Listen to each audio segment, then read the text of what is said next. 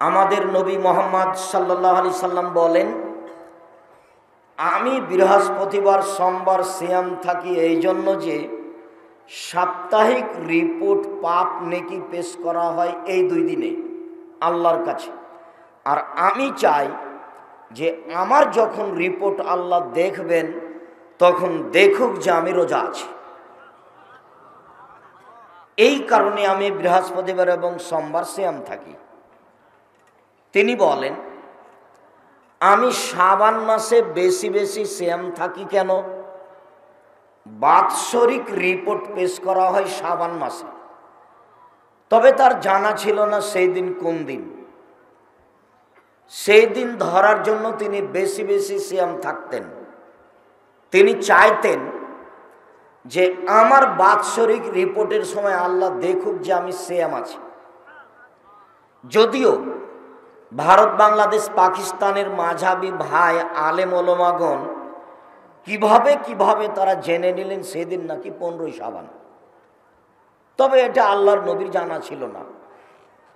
যেটা আল্লাহর নবীর জানা ছিল না সেটা সত্য কথাও নয়। জানা ছিল না হেতুই তিনি ওই দিনকে ধরার জন্য প্রাণপণে চেষ্টা করতেন বেশি বেশি সিয়াম থেকে। ইবাদতের জগতে সবচেয়ে দামি ইবাদত সিয়াম। এরপরেও সিয়ামের নেকি যত ভারী, সদাচরণের নেকি তার চেয়ে 1,00,000 গুণ বেশি ভারী। কি দিয়ে বুঝায় আপনাকে আমি সদাচরণ কাকে বলে? আদর্শ পরিবারের একটা দিক সদাচরণ। এই ছেলে বসো, আমি সালাম দিতে তোমার প্রয়োজন হয়ে গেল? মাথায় কিছু আছে? দিনী ভাই বোন যে যেখানে আছেন দয়া করে আমাকে কিছুক্ষণ প্রয়োজন দেখায়েন না। বসে থাকতে যদি কিছু কষ্টও হয় তো মানুষ তো কিছু কষ্ট করেই। অনেক সময় সরকারি রিলিফ নিতে গিয়ে দীর্ঘ সময় লাইন ধরে দাঁড়িয়ে থাকে, রৌদ্রে থাকে, টিকিট নেওয়ার জন্য থাকে। তা আজকে তো এমন কষ্টের ব্যাপার নয়, শীতও বেশি নয়, গরমও বেশি নয়, বর্ষাও নয়, খুবই সুন্দর দিন আলহামদুলিল্লাহ। আর আমি যখন কোচা শহর, এটা কি নয়াপাড়া, নয়ারহাটে প্রোগ্রামে এসেছি, তখন আমার ভিতরে দুশ্চিন্তা কাজ করে না যে শত্রুতা ওইরকম হবে যেমন সিলেটে হয়েছে, শত্রুতা ওইরকম হবে যেমনটা আপনার চাঁপাই নবাবগঞ্জে হয়েছে, শত্রুতা ওইরকম হবে যেমনটা বগুড়ায় হয়েছে। আমি মনে করি না যে এখানে তেমনটা হবে। আমার এমনিতেই সাহস খুব বেশি দিন প্রচারের। আমার জীবনে আমি কোনোদিন কোনো সভাপতি, সেক্রেটারি, কোনো ব্যক্তিকে হিসাব করে আমাকে কথা বলা লাগেনি, আমার জীবনে কোনোদিন প্রয়োজন হয়নি। আমি আলহামদুলিল্লাহ মসজিদের সেক্রেটারি, সভাপতিকে আমি নিজেই উঠায় আর বসাই। কারো কাছে পয়সা নিতে হবে এই জন্য আমাকে কোনোদিন চলা লাগেনি, এরকম দিন আমার জীবনে কোনোদিন আসেনি। কাজেই মানুষের মুখাপেক্ষী হয়ে আমাকে দিন প্রচার করতে হবে, 33 বছরে এরকম কোনোদিন পরিবেশ আসেনি। 88 আগস্টের 20 তারিখ রোজ বুধবার বিকাল 3টে থেকে আমি জান্নাতপুর, চাঁদপাড়া, গোবিন্দগঞ্জ, গাইবান্ধা জান্নাতপুর মাদ্রাসার শিক্ষক। 88 আগস্টের 20 তারিখ রোজ বুধবার বিকাল 3টে থেকে। তা আমি দীর্ঘদিন থেকে শিক্ষকতা করি, দীর্ঘদিন প্রায় 33 বছর থেকে দিন প্রচার করি। তা আমি খুব সফল অবস্থায় শক্ত হাতে দিন প্রচার করে আসছে আলহামদুলিল্লাহ। আর এইটা তো নয়ারহাট, এইটা জন্মভূমির মতো। এখানে আমার অনেক ভালোবাসা দিনী ভাই বোনদের সাথে, কাজে আমি নির্দ্বিধায় কথা বলবো, এই কথাই ঠিক। সম্মানিত দিনী ভাই বোন যে যেখানে আছেন, আমাকে দেখতে পান আর না পান, দয়া করে কথা বলবেন না। বিশেষভাবে দিনী বোন আমি আপনাদের অনুরোধ জানাই, কেউ যদি আপনার গায়ের ওপর দিয়ে চলে যায় তবু আপনি তাকে কিছু বলবেন না, মুখ খুলবেন না। আর যারা রাস্তায় ঢং ঢং করে আসলেন চলে গেলেন, তো এটা তো নোংরা আচরণ। আসলেনই বা কেন, গেলেন বা কেন? আমি তো এসেছি, এটা অবগত হয়েছেন। আব্দুল্লাহ না হয় বিমান ফেল করেছে, আমি তো উপস্থিত হয়েছি। আলহামদুলিল্লাহ, আলহামদুলিল্লাহ। হায়াতে বেঁচে থাকলে আবার সাক্ষাৎ হবে। যেহেতু আব্দুল্লাহ, আব্দুর রহমান, আব্দুর রহিম ওরা গাইবান্ধা, গোবিন্দগঞ্জ, বাইশপুরের ভাষায় কথা বলে। খাবো, যাবো, এনা নিবু। আমি বলছি, আব্বু তোমরা যে চাঁপাইনবাবগঞ্জ, রাজশাহীর মানুষ, তো এইভাবে কথা বলছো কেন? এনা নিবু, কখন এইভাবে ভাষা বলে। তো ওরা আপোষে কথা বলে, তখন এরকমভাবে বলে। বাড়ি থেকে বের হলে আর এইভাবে বলে না। যেহেতু তারা এখানে জন্ম নিয়েছে, এখানেই বড় হয়েছে, কাজে এখানকার ভাষার সাথে তারা সম্পৃক্ত। মারিয়ামও এরকম।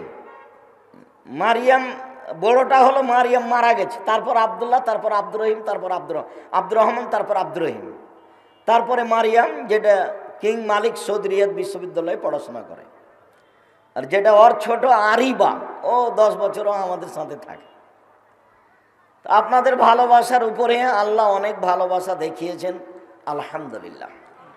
সম্মানিত দিনী ভাই বোন, যে যেখানে আছেন, আবারও আন্তরিকভাবে অনুরোধ জানাচ্ছি, উঠে গিয়ে প্রয়োজন দেখিয়ে নিজেকে খাটো করিয়েন না।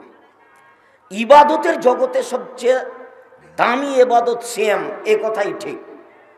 বৃহস্পতিবার, সোমবার সিয়াম রাখা উচিত, এ কথাই ঠিক। এরপরেও সিয়ামের ইবাদত যত ভারী, সদাচরণের ইবাদত, সদাচরণের নেকি তার চেয়ে হাজারো লক্ষ গুণ বেশি ভারী। সদাচরণ কি জিনিস? সদাচরণ ভালো কথা, ভালো কর্ম। ইবাদতের জগতে সবচেয়ে শক্তিশালী, ক্ষমতাধর, পাওয়ারফুল ইবাদত হলো দান। অবাক ইবাদত দান। সিয়াম পালন করলেন নেকি আপনার মা মারা গেছে, কোনো উপকার হবে না। সবচেয়ে শক্তিশালী, পাওয়ারফুল দান ইবাদত, অবাক ইবাদত। হজ একটা বড় ইবাদত, করলেন, আপনার মা মারা গেছে, কবরের কোনো উপকার আপনি করতে পারবেন না। তাসবিহ, তাহলিল, জিকির, আজকার ভালো ইবাদত করলেন, আপনার মায়ের কবরে আপনি কিছু উপকার করতে পারবেন না। সালাত একটা ভিন্ন ইবাদত, একটু পরে আসবে ইনশাআল্লাহ। সালাত আদায় করে মায়ের আপনি উপকার করতে পারবেন না। কিন্তু দান এমন একটা ইবাদত, শক্তিশালী, পাওয়ারফুল, ব্যতিক্রম ইবাদত।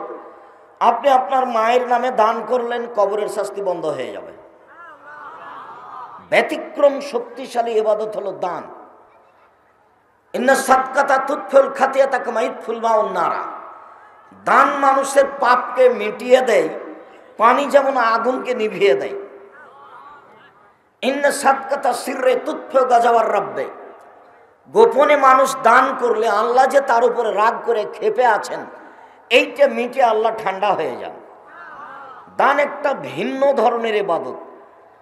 যতই শক্তিশালী ইবাদত হোক না কেন, দানের নেকি যত ভারী, সদাচরণের নেকি তার চেয়ে অনেক অনেক অনেক বেশি ভারী। একদা আল্লাহর নবীকে জিজ্ঞাসা করা হলো, আল্লাহর নবী, মাল বিররু ওয়াল ইসমু, পাপ কি জিনিস, নেকি কি জিনিস, এটা জিজ্ঞাসা। আল্লাহর নবী একটু বলেন তো পাপ কাকে বলে? আল্লাহর নবী একটু বলেন তো নেকি কাকে বলে? আল্লাহ রসুল উত্তরে বললেন, আল বিররু হুসনুল খুলুক, নেকি হলো ভালো আচরণ। জিজ্ঞাসা, নেকি কি জিনিস? উত্তর কি হলো? উত্তর হলো ভালো আচরণ। নেকি কি জিনিস? আল্লাহর নবী বলবেন হজ করা বড় নেকি। আল্লাহ নবী বলবেন সিয়াম পালন করা বড় নেকি। আল্লাহ নবী বলবেন তাসবিহ, তাহলিল, জিকির, আজকার বড় নেকি। এ না বলে আল্লাহ রসুল উত্তরে বললেন হুসনুল খুলুক, নেকি হলো ভালো আচরণ। দল পার্টি করলে নেকি টিকে না, সদাচরণ টিকে না। যখনই আপনি দল সংগঠন করবেন, তখন আপনি কাউকে কম ভালোবাসবেন, কাউকে বেশি ভালোবাসবেন। তখন আর সদাচরণ টিকবে না। আমি কথা প্রসঙ্গে বলেছি, আজকেও আসতে পারে, তবু এখানে একটু বলে রাখি যে একসাথে দুই বোন জন্ম নিয়েছে, যমজ, তবে তারা পৃথক পৃথক থাকে, চলে খায়, দেখতে সুন্দরী, মেধাবী, একজনকে রেখে আর একজন কোথাও যেতে পারে না, তাদের আন্তরিকতা খুব বেশি। তো বড় হয়েছে, দুইজনেরই বিবাহ হয়েছে। একজনের বিবাহ হয়েছে আওয়ামী লীগ লোকের সাথে, আর একজনের বিবাহ হয়েছে বিএনপি লোকের সাথে। তারা দুই বোন আর কথা বলে না। তার মানে সদাচরণ কাটে কোথায়? দোকানপাটে বসে আড্ডা পিটলে সদাচরণ টিকবে না। মানে কারো না কারো বদনাম করাই লাগবে। যদি বদনাম নাও করেন, বসে থাকেন, তো একজন বলছে যে আব্দুর রাজ্জাক সাহেব খুব খারাপ মানুষ, তখন আপনি এসে বললেন ঠিকই বলছেন, আসলেই খারাপ। তো এটার জবাব কি দিবেন? এখন যে আপনি বললেন আসলেই খারাপ, এই আসলেই খারাপটা এক পাল্লায় দেন, আর পুরো জীবনের সব নেকি এক পাল্লায় দেন, ওইটা ভারী হয়ে যাবে। কেন? ওটা মানুষের সাথে জড়িত পাপ। যার কারণে উপদেশে চারটা কথা বলেছি। এক, মানুষের জীবনে সবচেয়ে জরুরি কাজ 5 ওয়াক্ত সালাত। 2, হালাল রুজি। 3, কোরআন তেলাওয়াত, অন্তত সূরা ইখলাস। 4, দুইজন যেখানে বসে আছে সেখানে না বসা। আড্ডা পিটা চিরদিনের জন্য হারাম। দুইজন বসে আছে সেখানে গিয়ে গল্প করা চিরদিনের জন্য হারাম। দোকানে যেতে হবে এই পদ্ধতিতে, আসসালামু আলাইকুম, আহমাদ দোকানদার, লবণ আছে? হ্যাঁ আছে, 1 কেজি লবণ দাও। শুখা মরিচ আছে? আছে, 100 মরিচ দাও। দেওয়া হয়েছে, টাকা পরিশোধ, আসসালামু আলাইকুম। এর চেয়ে বেশি দোকানের বসে থাকা যাবে না, দাঁড়ানো যাবে না। আমার মা যখন আমাকে বাড়ি থেকে বের করতেন পড়ানোর জন্য, তখন আমাকে 4টা কথা বলতেন। 1, দোকানে বসিও না, প্রাইভেট পড়ায়ও না, দাওয়াত খায়ও না, মানুষের সাথে বন্ধুতালি করো না। 4টা কথা আমার মা বলতেন। 1, দোকানে বসিও না। 2, প্রাইভেট পড়ায়ও না। 3, বন্ধুতালি করিও না। 4, দাওয়াত খায়ও না। আমার মা এই 4টা কথা বলতেন। আমরা এ যাবৎ কোনোদিন দোকানে বসে কিছু করিনি। দোকানে বসে 1 কাপ চা খাওয়া আমাদের কোনোদিন অভ্যাসে ঘটেনি। দোকানে বসলে সদাচরণ টিকবে না, দল করলে সদাচরণ টিকবে না, হিংসা করলে সদাচরণ টিকবে না, দাঙ্গাবাজি করে, দলাদলি করে, মানুষকে অপমান করে, ক্ষমতা দেখিয়ে, মানুষকে জেল হাজতে দিয়ে, মানুষকে খাটো করে আপনি সদাচরণ টিকাবেন, জান্নাত কিনবেন, এমন হিসাব ভুল। যারা মানুষকে অপমান করে কথা ও কর্মে, তারা জালেম, তাদের বিচার পরে হবে। যারা জোর করে জমি দখল করে, তাদের বিচার পরে হবে। অবশ্য হালাল রুজিতে গায়ে বাঁধা ভালোই ছিল, তবুও একটা জিনিস দুর্বলতা আছে। আব্দুর রাজ্জাক সাহেব আপনি কি তার মধ্যে? না, আমি নই। একটা হলো এই, রংপুর, দিনাজপুর, লালমনিরহাট, নীলফামারী, কুড়িগ্রাম, পঞ্চগড়, ঠাকুরগাঁ, গাইবান্ধা, জয়পুরহাট, বগুড়া, এসব ডিস্ট্রিক্টে ভাইরা বোনকে জমি দেয় না। এটা হলো জুলুম। এই ছেলে, তোমার দাদা মারা গেছে, 10 বিঘা 15 বিঘা জমি রেখে গেছে, 15 শতক জমি রেখে গেছে।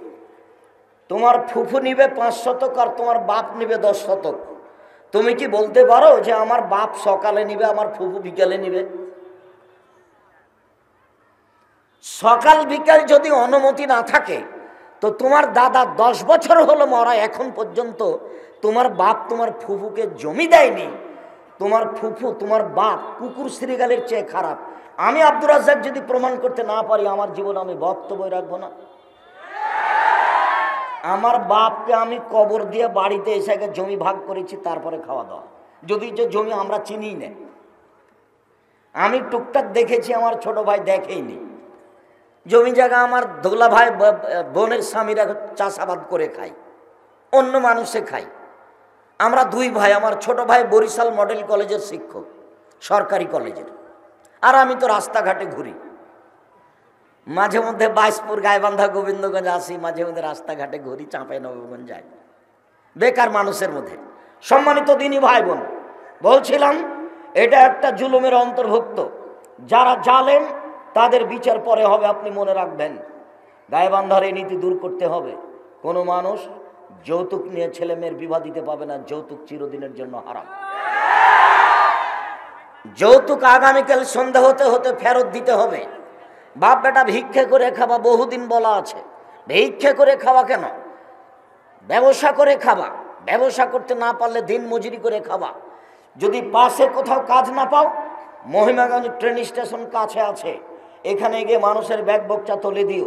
সারাদিন গাড়িতে ব্যাগ বকচা তুলে দিলে 200-500 টাকা বিকালে হবে।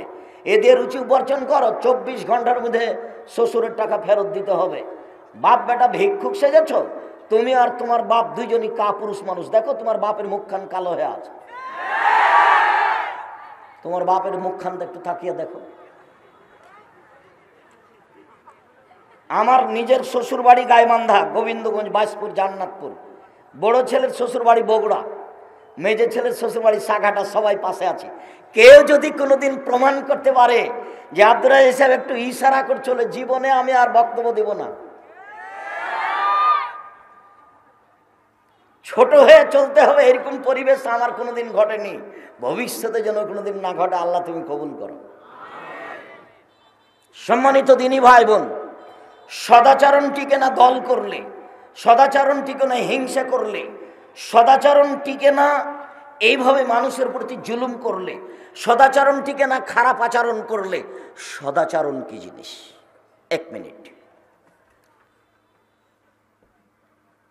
আবু হুরায়রা রাদিয়াল্লাহু তাআলা আনহু বলেন, রাসূল সাল্লাল্লাহু আলাইহি সাল্লাম বললেন, ইন্না ফিল জান্নাতি লা গুরাব ইউরা জাহিরুহু মিন বাতিনিহা বাতিনুহু মিন জাহিরিহা। এত উন্নত মানের ঘর, যার বাহির থেকে ভিতর দেখা যায়, ভিতর থেকে বাহির দেখা যায়, খালি টক টক টক টক টক করছে, ঝকঝক টক করছে। সাহাবেগণ জিজ্ঞাসা করলেন, আল্লাহর নবী, এত দামি ঘর কে পাবে? তখন আল্লাহ রসুল বলছেন, লেমান আলানাল কালামা, যার মুখের ভাষা নরম, যে কাউকে কষ্ট দেয় না, যে কাউকে কষ্ট দেয় না সেই পাবে। এর নাম সদাচরণ, এর নাম নম্র আচরণ। আবু হুরায়রা রাদিয়াল্লাহু তাআলা আনহু বলেন, রাসূল সাল্লাল্লাহু আলাইহি সাল্লাম বললেন, আলা উখবিরুকুম বিমা ইউহরামু আলাইহিন নার ওয়া বিমান তাহরুমুন নারু আলাইহি। আমি কি বলে দিব না তোমাদের, যার উপরে জাহান্নাম হারাম, মানে জাহান্নামই তার উপরে হারাম। বলে দিব না কি আমি তোমাদের, যে জাহান্নামের জন্য হারাম, ও নিজেই জাহান্নামের জন্য হারাম। জাহান্নাম তার উপরে হারাম, ও জাহান্নামের উপরে হারাম, মানে জাহান্নাম যাবেই না। এরকম কথা আমি একটা বলে দিব? হ্যাঁ বলেন দেখি, বলেন। তখন বলছেন, সাহলুন লাইয়িনুন করিমুন, নরম মেজাজ, স্বভাব ঠান্ডা, কোমল, মিশুক, মানুষকে অহংকার করে চলে না, চাল চলনে সহজ সরল। এরকম ব্যক্তির উপরে জাহান্নাম হারাম। এই ব্যক্তি জাহান্নামের উপরে হারাম। কথা ভালো যার, কর্ম ভালো যার, নম্র যে, সেই সদাচরণের অধিকারী। সদাচরণ। আমি কোচা শহর যাব বলে ভ্যানে উঠে বসে আছি, চট করে নয়ার হাটে একটা লোক উঠলো। তো আর লোকটার ব্যাগটা বেখিয়াল আমার গায়ের উপরে পড়ে যাচ্ছে, ব্যাগটা আমার কপালে এসে লেগে গেল। তা আমি চট করে বললাম, হেই, তোর কপালে চোখ নাই, হুঁশ নাই, গাড়িতে উঠছিস? এর কি সদাচরণ আছে? যে না, এর সদাচরণ নেই। খারাপ আচরণ দেখবেন রিক্সাওয়ালাকে, দেখেন ওর রিক্সাটা আর একজনের সাথে লেগে গেছে। এই যে ও বললো, এমন বলা বললো, মানে বস্তির মানুষ বলল, এরপরে এরটা আরেকজনের সাথে লেগে গেছে। ওই যে একে বললো, এখনই কিন্তু এ খুব বললে আর একজনকে, একটু পরে দেখছি যে আর একজন একে বলছে। সদাচরণ নেই, সদাচরণ ভিন্ন জিনিস। এই ছেলে, তোমাকেই বলছি, জিন্দেগি তার কোনোদিন স্ত্রীর সাথে জোরে কথা বলবা না, মোটা করে ভালো আচরণ করো স্ত্রীর সাথে। মায়ের সাথে বাপের সামনে কোনোদিন জোরে কথা বলবো না। 4 শ্রেণীর মানুষ জান্নাতে যাবে না। 1, আক কোন বাপ মাকে মানে না যে। 2, কামার জুয়া খেলে যে। 3, মান্নান খোটা দেয় যে। 4, মদমেনুল খামর, নিয়মিত বিড়ি তামাক জর্দা সিগারেট গুল নেশাদার দ্রব্য খায় পান করে যে। এই 4 শ্রেণীর মানুষ জান্নাতে যাবে না। এ কথা আমি বলিনি, এ কথা মুহাম্মদ সাল্লাল্লাহু আলাইহি সাল্লাম বলেন। তিনি বলেন লা ইয়াদখুলুল জান্নাহ, জান্নাতে যাবে না 1, বাপ মাকে মানে না যে। বাপ মায়ের সামনে জোরে কথা বলা নিষেধ, কথা বলে যে, সদাচরণ নেই তার। একবারে ঠান্ডা হয়ে যেতে হবে, হাত নিচু করে যেতে হবে, নরম হয়ে ঘরে যেতে হবে। একদিন তুমি ছিলে তোমার মায়ের কোলে, এখন তোমার মা তোমার কোলে। পেশাব করাবা তুমি, পায়খানা করাবা তুমি, গোসল দিয়ে দিবে তুমি, কাঁধে করে ডাক্তারখানা নিয়ে যাবা তুমি, সব কিছু করবা তুমি। তোমার বোন তো নাই, তোমার বউ তো দেখবে না। কেন? তোমার বউকে তোমার মা দিন রাত গালি দেয়, এ কথাই ঠিক। এখন তুমি মনে করছো ঘুম থেকে উঠে যে এই বাড়িতে সবচেয়ে খারাপ মানুষ আমার মা। হ্যাঁ, এই বাড়িতে সবচেয়ে খারাপ মানুষ মা, তোমার মা, এ কথাই ঠিক। এরপরেও তুমি মুখ খুলতে পাবা না। আল্লাহ মায়ের নিচে জান্নাত, এ কথাই ঠিক। মায়ের পায়ের নিচে জান্নাত, এ কথাই ঠিক। অতএব মা কি বলছে এটা বিবেচনা করা যাবে না, তার সামনে জোরে কথা বলা যাবে না, এটাই চূড়ান্ত। 1 মিনিট, সদাচরণ তাড়াতাড়ি দেখিয়ে চলে যাচ্ছে। 1 মিনিট। কে বাড়িতে আছে? জি না।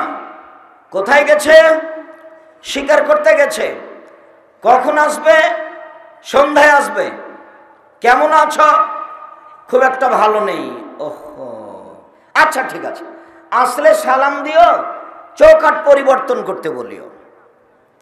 ইসমাইল আলাইহিস সালাম সন্ধ্যায় এসে বুঝতে পেরেছেন যে আব্বা এসেছিলেন। জিজ্ঞাসা করছেন কি খবর, কে এসেছিল? জি হ্যাঁ, একজন বৃদ্ধ মানুষ এসেছিলেন। কি বললেন? বললেন বাড়িতে আছে, একটু একটু সরে যাবে। বহু জনগণ উপস্থিত, লাখো জনগণ উপস্থিত। আজ একটু ঠান্ডা হবেন, বিরক্ত হয়েন না, সদাচরণেরই কথা। আমি কথা বলবো আর কেউ দাঁড়িয়ে থেকে সময় কাটাবে, এই সাহস কেউ রাখে? আমি আব্দুর রাজ্জাক বিন ইউসুফ তা নই। হয়তো তাদের মেশিনের ব্যাপার, তারা ভয় পাচ্ছে যে কথাটা ঠিক হচ্ছে কি না, ছবিটা ঠিক মতো আসছে কি না, সেই জন্য সময় এসে দাঁড়িয়ে তারা ওটা ঠিক করছে। তারা সর্বদা দাঁড়িয়ে থাকবে, এরকম কেউ দুঃসাহস রাখে না। কাজেই ধৈর্যের পরিচয় দিবেন। ধৈর্য ঘোড়ার ডিম নয়, ধৈর্য কিছু যেটা মানুষ বাস্তবায়ন করবে। ধৈর্য কে বাস্তবায়ন করবে? মানুষ। পশু প্রাণী পারবে? ধৈর্য নেই যার, সদাচরণ নেই তার। সদাচরণ খুব কঠিন জিনিস। আল্লাহর নবী এত দামি ঘর কে পাবে? মুখের ভাষা নরম যে যার সেই পাবে। আরেকটু, রাসূল সাল্লাল্লাহু আলাইহি সাল্লাম বলেন, আর 4টা জিনিস আছে যার, সবকিছু আছে তার। জান্নাত আছে তার, ইহকাল আছে তার, পরকাল আছে তার। 4টা জিনিস আছে যার, সবকিছু আছে তার। জান্নাত আছে তার, ইহকাল আছে তার, পরকাল আছে তার। 1, হিফজ আমানাতিন, আমানতের রক্ষা। আমানতের রক্ষা মানে সভাপতি মসজিদের আপনাকে 200 টাকা দিয়েছে, বলেছে যে মসজিদের কারেন্টের তারগুলো কিনে নিয়ে আসো। আপনি 20 টাকার নাস্তা করেছেন, 10 টাকা রেখে দিয়েছেন, দাম বেশি দেখিয়ে আপনি 200 টাকা খরচ দেখিয়েছেন, আপনার কাছে আমানত নেই। 2, হুসন খালিকাতিন, ভালো আচরণ যার, জান্নাত তার। সদাচরণ যার, জান্নাত তার। তিন, সিদক হাদিসেন, সত্য কথা যার, জান্নাত তার। চার, ইফাতুল ইতআমাতিন, বৈধ রুজি যার, জান্নাত তার। যে হারাম রুজি উপার্জন করে না, যে শ্বশুরের কাছে যৌতুক নেয় না, যে মানুষের সাথে দাঙ্গাবাজি করে না, জান্নাত তার। হালাল রুজি যার, জান্নাত তার। চারটে জিনিস আছে যার, জান্নাত আছে তার। আমি এ কথা বলিনি, এই কথা মুহাম্মদ সাল্লাল্লাহু আলাইহি সাল্লাম বলেছেন। আম গাছে দাম ধরতে পারে, ধরে না। অমাবস্যা রাতে চাঁদ উঠতে পারে, উঠে না। সুঁয়ের ছিদ্র দিয়ে লাঙ্গলের ফা ঢুকতে পারে, ঢোকে না। সুঁয়ের ছিদ্র দিয়ে লাঙ্গলের ফা ঢুকে যেতে পারে, আম গাছে জাম ধরে যেতে পারে। অমাবস্যার রাতে চাঁদ উঠে যেতে পারে, এইগুলো ঘটে যেতে পারে। আমি যেই কথা বললাম এতে সন্দেহ আছে বলে কিয়ামত পর্যন্ত চেষ্টা করলে সরিষা ঢোকানো যাবে না। যা বলছি তাই থাকবে। কেন? মুহাম্মদ সাল্লাল্লাহু আলাইহি সাল্লাম বলেছেন, চারটে জিনিস আছে যার, সব কিছু আছে তার। চারটে জিনিস আছে যার, সব কিছু আছে তার। এক, আমানতের রক্ষা। দুই, সদাচরণ। তিন, সত্য কথা। চার, বৈধ রুজি, হালাল রুজি। সম্মানিত দিনী ভাই বোন, আমি আপনাদের বলছিলাম কিভাবে আপনি পরিবারকে রক্ষা করবেন, পরিবারকে জাহান্নাম থেকে বাঁচাবেন কিভাবে। মহান আল্লাহ বলেন, ইয়া আইয়ুহাল্লাযীনা আমানু কু আনফুসাকুম ওয়া আহলিকুম নারা, পৃথিবীর মানুষ তোমরা তোমাদেরকে জাহান্নাম থেকে বাঁচাও এবং পরিবারকে বাঁচাও। আপনি নিজেকে জাহান্নাম থেকে বাঁচাবেন কি করে? আজকের জন্য তিনটা কথা মনে রাখতে হবে। এক, মুখটা বন্ধ রাখবেন, কথা বলবেন না। জরুরি প্রয়োজন ছাড়া, ভালো কথা ছাড়া মুখ ব্যবহার করবেন না, জান্নাত হবে। দুই, জরুরি প্রয়োজন ছাড়া বাড়ির বাইরে যাবেন না। আজ থেকে না আর কোনোদিন দোকানে বসে আড্ডা পিটবেন না। দোকানে বসে আড্ডা পিটা গল্প করা চিরদিনের জন্য হারাম। তিন, পাপের জন্য কাঁদুন, মাঝে মধ্যে পাপের জন্য কাঁদতে হবে, জান্নাত হবে। আপনি নিজেকে জাহান্নাম থেকে বাঁচাতে পারবেন। এক, মুখটা বন্ধ রাখা। দুই, জরুরি প্রয়োজন ছাড়া বাড়ির বাইরে না যাওয়া। তিন, পাপের জন্য কাঁদা। এক, আল্লাহ রাসূল বলেন, পৃথিবীর মানুষ শুনে রেখো, কেউ যদি দুইটা জিনিসের জিম্মেদারি নিতে পারে, আমি মুহাম্মদ সাল্লাল্লাহু আলাইহি সাল্লাম তাকে জান্নাতে নিয়ে যাওয়ার জন্য জিম্মেদারি নিলাম। কিভাবে জান্নাতে নিয়ে যেতে হবে সেটা আমার ব্যাপার। তারা দুইটা জিনিসের জিম্মেদারি নিবে, আমি একটা জিনিসের জিম্মেদারি নিলাম। কিভাবে জান্নাতে নিয়ে যেতে হবে সেটা আমি দেখব। এক, মুখ, জীবন। কারো বদনাম করা হবে না, গীবাত করা হবে না, আড্ডা পিটা হবে না, অপ্রয়োজনীয় কথা বলা হবে না। কিভাবে জান্নাতে নিয়ে যেতে হয় সেটা আমি দেখব। দুই, জেনায় লিপ্ত হওয়া হবে না, জেনায় লিপ্ত হওয়া হবে না। এক মিনিট, তিন শ্রেণীর মানুষকে হত্যা করতে হয়। এক, দুই শ্রেণীর মানুষের বাঁচার পথ আছে, এক শ্রেণীর মানুষের বাঁচার পথ নেই। কেউ যদি বলে আমি কোরআন মানি না, সরকারিভাবে তাকে ফাঁসি দিতে হবে।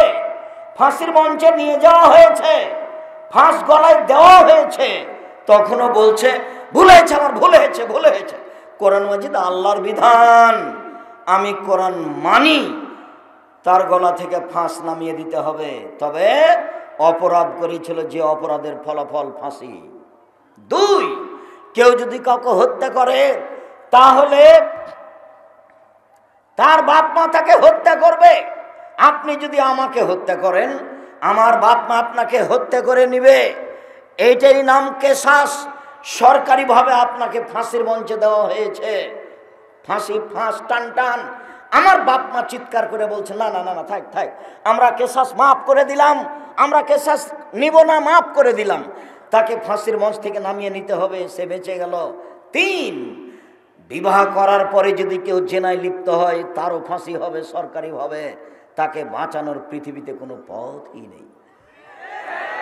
বিবাহ করার পরে যদি কেউ জেনায় লিপ্ত হয় তাহলে তার বাঁচার পথ পৃথিবীতে নেই।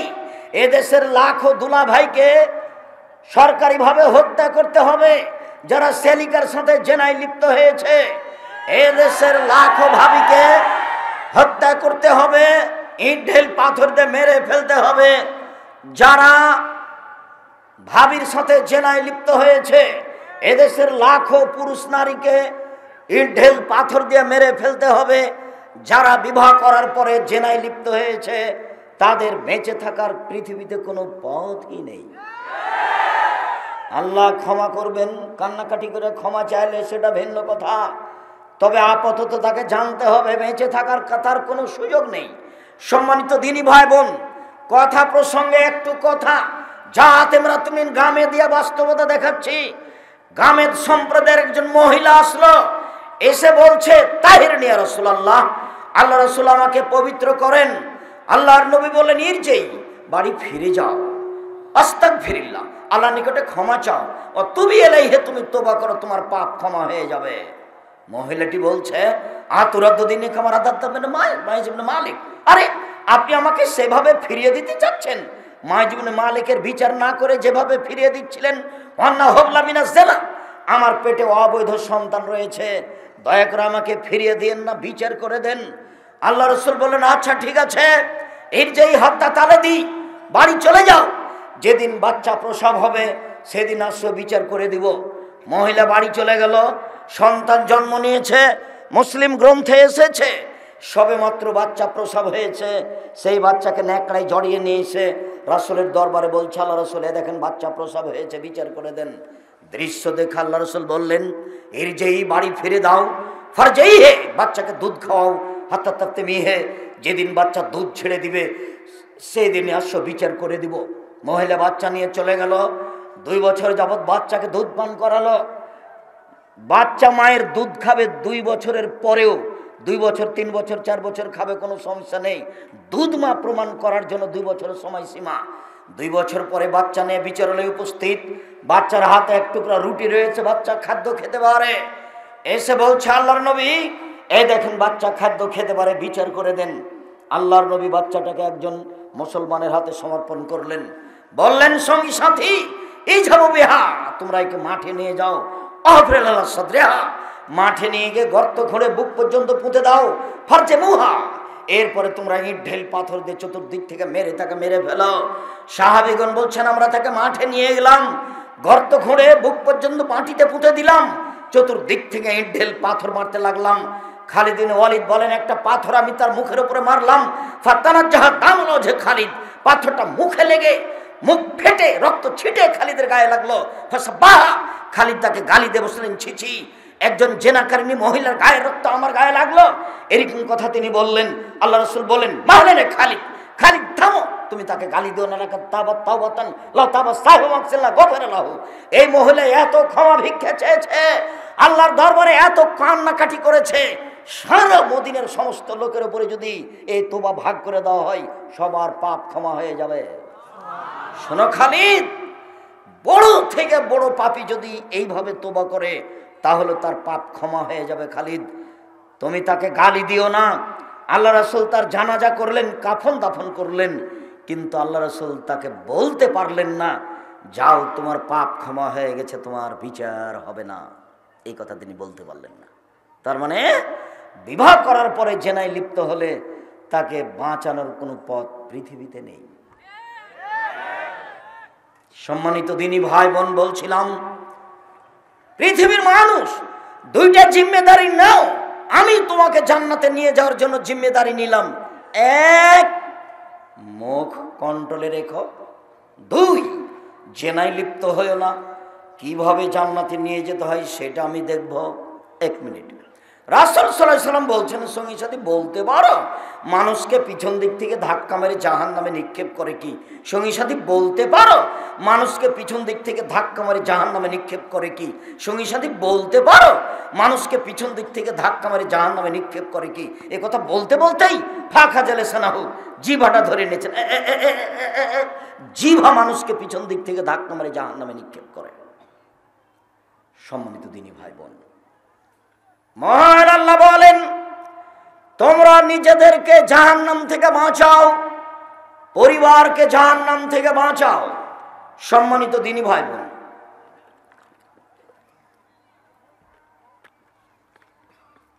নিজেকে জাহান্নাম থেকে বাঁচাবেন, পরিবারকে জাহান্নাম থেকে বাঁচাবেন।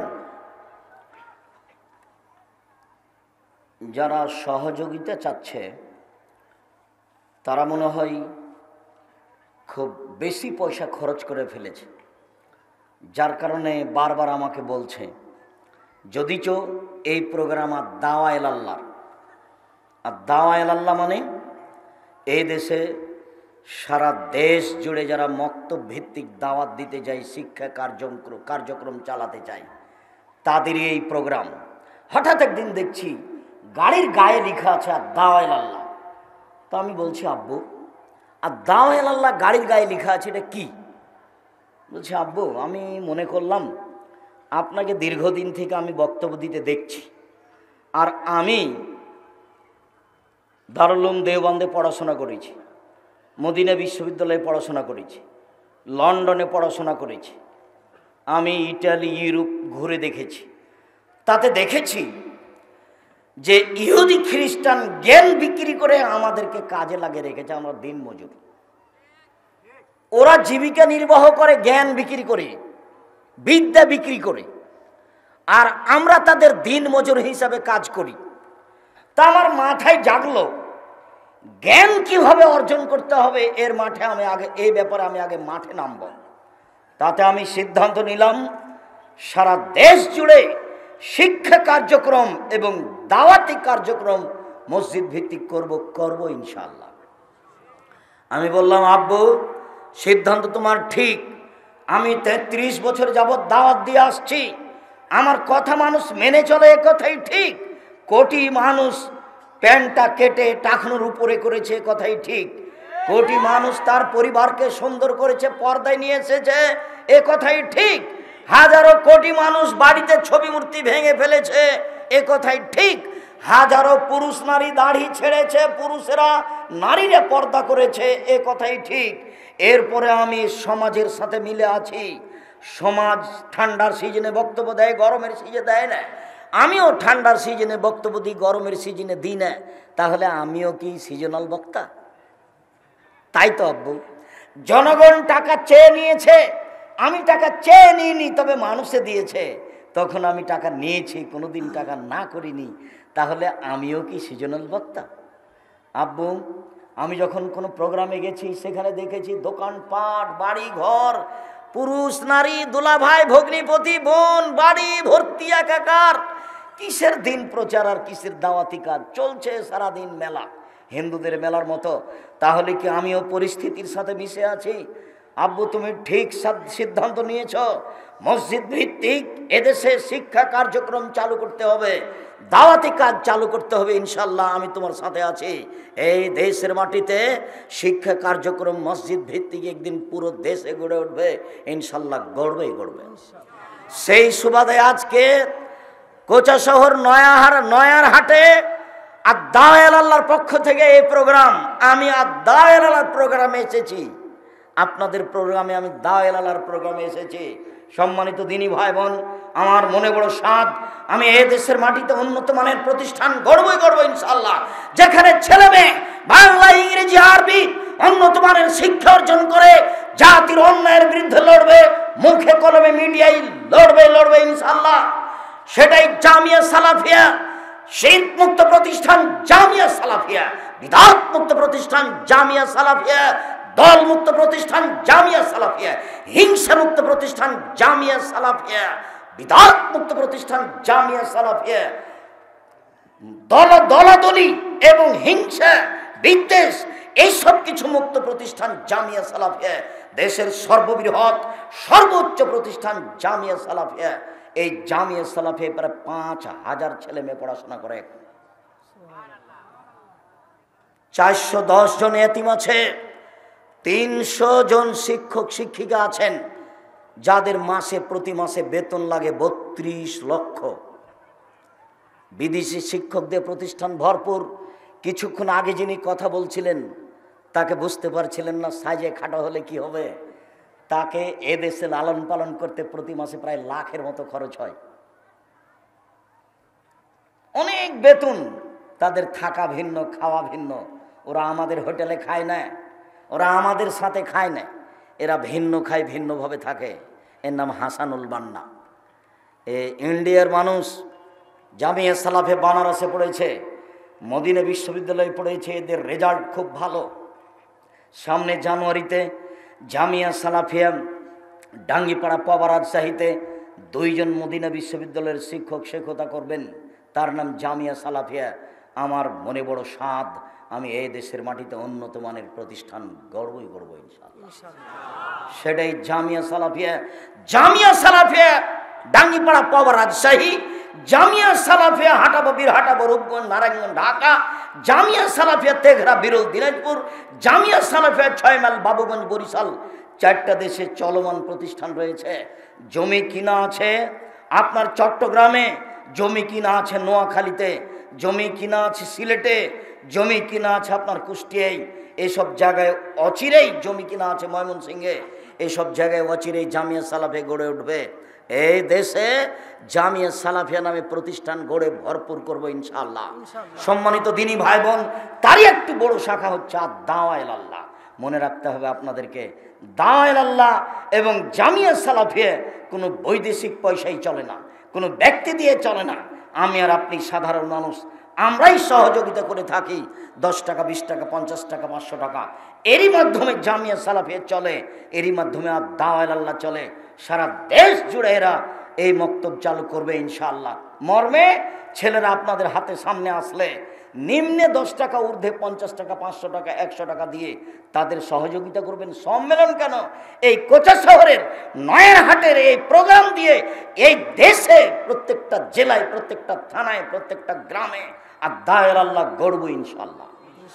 মসজিদ ভিত্তিক দাওয়াতের ব্যবস্থা করব ইনশাআল্লাহ। সম্মানিত দিনী ভাই বোন, ছেলেরা আপনাদের সামনে আসলে ফিরিয়ে দিবেন না। 10টা টাকা হলেও, 5টা টাকা হলেও ফিরিয়ে দিবেন না। যার কাছ থেকে ফিরে যাবে ওই পরিমাণ তার টাকা ক্ষতি হয়ে যাবে। ওটা আমি বলিনি, ওটা মুহাম্মদ সাল্লাল্লাহু আলাইহি ওয়াসাল্লাম বলেছেন। আর যেটুকু আপনি দিবেন সেইটুকু আল্লাহ পূর্ণ করে দিবেন, এটা যেন মাথায় থাকে। আর কেউ নড়াচড়া করতে পাবেন না। ছেলেরা আপনাদের সামনে যাবে, তারা আপনাদের পাশ দিয়ে চলে যাবে। আমি আপনাদের সাথে কথাই রয়েছি। সম্মানিত দিনী ভাই বোন, আপনি আপনার পরিবারকে জাহান্নাম থেকে কিভাবে বাঁচাবেন আমার দিকে লক্ষ্য করুন। লোকমান হাকিম বলেন, বুনাইয়া লা তুশরিক বিল্লাহ, আব্বু আল্লাহর সাথে শিরক করো না। শিরক মুক্ত পরিবার গড়তে হবে, তাহলে আপনি আপনার পরিবারকে জাহান্নাম থেকে বাঁচাতে পারবেন। বাংলাদেশে এমন একটা দেশ যেখানে শিরক চলে বিপদ সীমার উপর দিয়ে। অফিস, আদালত, কোর্ট কাছারি, শিক্ষা প্রতিষ্ঠান, বাড়ি ঘর, গ্রামগঞ্জ সব কিছু শিরকে ভরপুর। বোনাইয়া, শিরক থেকে বেঁচে থাকো। পরিবারকে যদি শিরক মুক্ত করতে পারেন তাহলে আপনি আপনার পরিবারকে জাহান্নাম থেকে বাঁচাতে পারবেন। 1, 2 মরু আওলাদাকুম বিসসালাত আহম আপনার সাবে সিনিনা, তোমরা তোমাদের ছেলে মেয়েকে সালাত আদায় করতে বলো। এই বাচ্চা বসো। ওই যে বাচ্চাটা হাঁটছে আপনি তো দেখতে পাচ্ছেন, ওর দিকে যে দেখবে সে তো আমার কথা বুঝতে পারবে না। যারা আপনাদের কাছে যাচ্ছে আপনার ঠান্ডা গতিতে আপনি তাকে বিদায় করেন। আর আমি খুব তাড়াতাড়ি আপনার বিরক্তির আগে কথা শেষ করব। আপনি কথার মধ্যে উঠে পরিবেশ নষ্ট করিয়েন না। আপনাকে আমি অনেক ভালোবাসি, আপনি আমার দিনী ভাই, আপনি আমার দিনী বোন, আপনাকে আমি অনেক ভালোবাসি। সম্মানিত দিনী ভাই বোন, তোমরা তোমাদের ছেলে মেয়েকে সালাত আদায় করতে বলো 7 বছর বয়সে। অজরে বহুম আলাইহা ওহম আপনা আশরে সিনিনা, পিটিয়ে সালাত আদায় করাও 10 বছর বয়সে। 15 বছর বয়সের ছেলে নামাজ পড়ে না, তার বাপ বেঁচে আছে, এই কথা সত্য নয়, এই কথা মিথ্যে। এই ছেলে, তোমার বয়স 15, তুমি সালাত আদায় করো না, এটা তোমার বাপ নয়, এটা তোমার সৎ বাপ,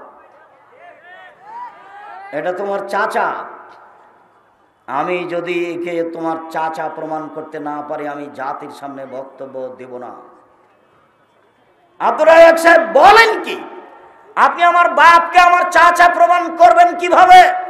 এই ছেলে, তোমার চাচা আমি প্রমাণ করতে পারবো না মানে বলো কি তুমি? আল্লাহর নবী বলছেন, মান ওয়ালাদাহু ওয়ালাদুন ফালি হোসেন ইসমাহ। কারো যদি ছেলে মেয়ে জন্ম নেই, সুন্দর একটা নাম রাখতে হবে, শিষ্টাচার শিক্ষা দিতে হবে। তোমার নাম লিটন, বলো এটা কি সুন্দর নাম? নাম হতে হবে ইসমাইল, ইউসুফ, ইসহাক, ইয়াকুব, ইব্রাহিম, দাউদ, সুলাইমান, আদম, মুসা, ঈসা নবীদের নাম। নইলে হবে আব্দুল্লাহ, আব্দুর রহমান, আব্দুর রহিম, আব্দুল সত্তার, আব্দুল জব্বার, আব্দুল মালিক, আব্দুল খালিক, আব্দুল গনি। গৌণবাচক নাম হবে। তোমার নাম লিটন হলো কি করে? তুমি এটা তার প্রমাণ দাও। তুমি আজকে বলে দিও বাড়িতে গিয়ে, আসসালামু আলাইকুম আব্বা, আপনি নাকি আমার সৎ বাপ।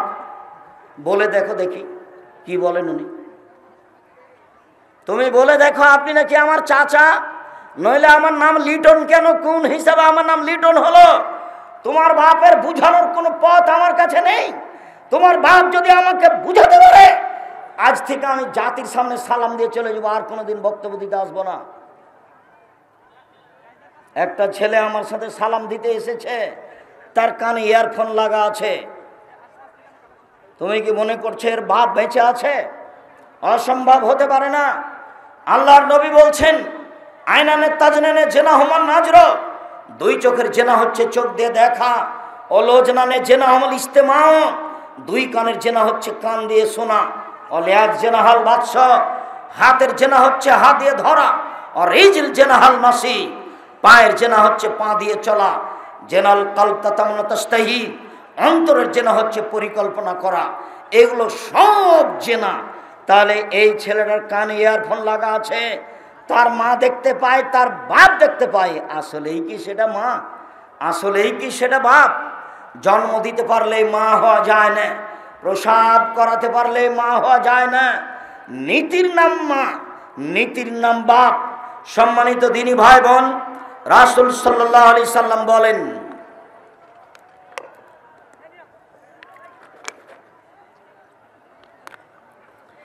মুরু আওলাদাকুম বিসসালাত ওয়া আবনাউ সাবঈ সিনিনা। তোমরা তোমাদের ছেলে মেয়েকে সালাত আদায় করতে বলো যখন তার বয়স 7 বছর।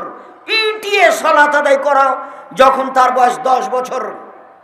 15 বছর বয়স হয়েছে, সালাত আদায় করে না, তখনও বাপ বেঁচে আছে, এই কথা ঠিক নয়। কাপুরুষ হয়ে বাপ স্বীকৃতি দিয়ে জাতির ক্ষতি করে, পরিবারের ক্ষতি করে সফলতা অর্জন করা যায় না।